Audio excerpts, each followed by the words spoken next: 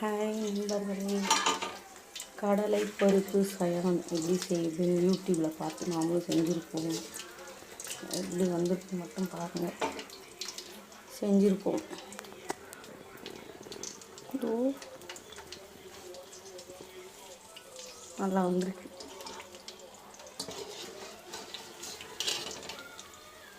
நல்லாவே வந்திருக்கு.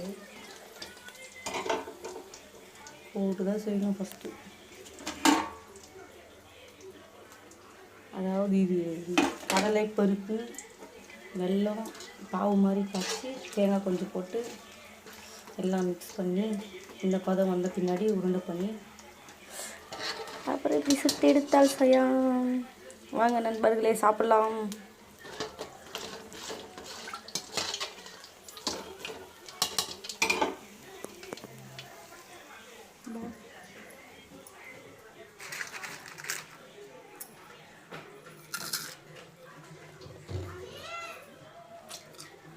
செம்மையாக இருக்கும்.